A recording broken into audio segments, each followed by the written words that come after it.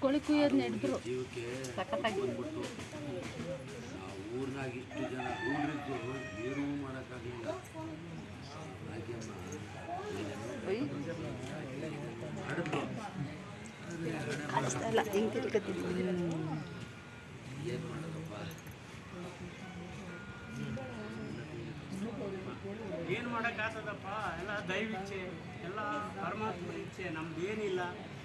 ಮಹಾತಾಯಿ ರೇಣುಕಾ ಎಲ್ಲಮ್ಮನು ನಮ್ಮ ಮುನೇಶ್ವರ ಸ್ವಾಮಿ ಎಲ್ಲನೂ ಒಳ್ಳೇದು ಮಾಡಿ ಮಗುಗ ಒಳ್ಳೇದಾಗಲಿ ಅಂತ ನಾನು ನಿಮ್ಮೆಲ್ಲರನ್ನೂ ನನಗೆ ಹೇಳ್ತೀನಿ.